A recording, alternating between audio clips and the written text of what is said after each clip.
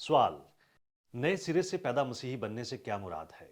हम इस सवाल का जवाब देने जा रहे हैं और आप हमारे page Calvary evangelical apologetic society पर इस तरह के और बहुत सारे सवालात के जवाबात जान सकते हैं। इस वीडियो को आखिर तक देखिए।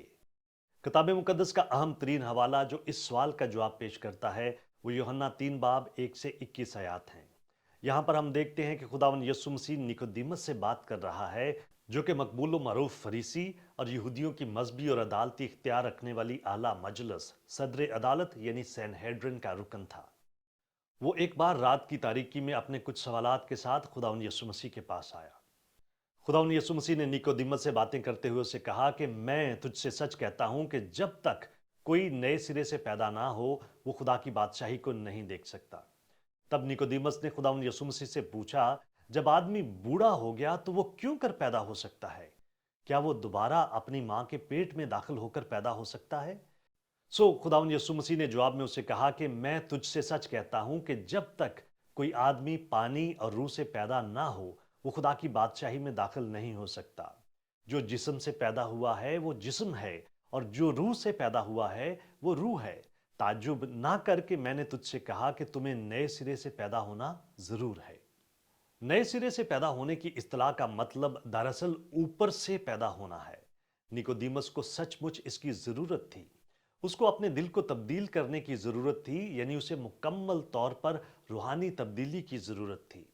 नई पैदाइश यानी नए सिरे से पैदा होना एक ऐसा अमल है जिसका मुकम्मल दारोमदार खुदा की जात पर है।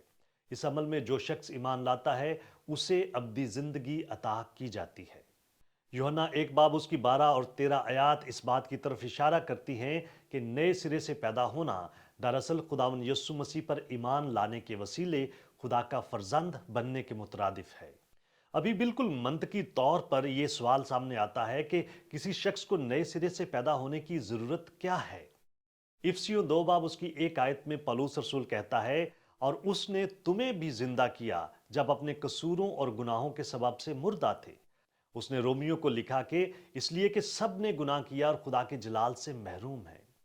गुनहगार लोग रूहानी तौर पर मुर्दा हैं। जब वो मसीह पर ईमान लाने के जरिए रूहानी तौर पर जिंदगी हासिल करते हैं तो कलाम मुकद्दस इसको नए सिरे से पैदा होने से जोड़ता है। इसका मतलब है कि वो लोग जो नए सिरे से पैदा हुए हैं उनके गुनाह माफ हो चुके हैं और अब वो खुदा के साथ गहरा रिश्ता रखते हैं। ये किस तरह से होता है?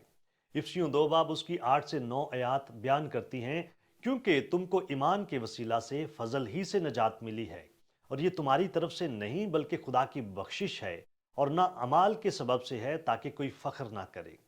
जब कोई शख्स निजात पाता है तो वो नए सिरे से पैदा होता है। उसकी रूहानी तौर पर तजदीद होती है और नई पैदाइश उसे ये हक बख्शती है कि वो खुदा का फर्जंद कहलाए। यसु मसीह पर जिसने सलीब पर जान देकर गुनाह का कफारा अदा किया, ईमान लाने का मतलब नए सिरे से पैदा होना है। इसलिए अगर कोई मसीह में है तो वो नया मखलूक है। पुरानी चीजें जाती रहीं, देखो वो नई हो गईं।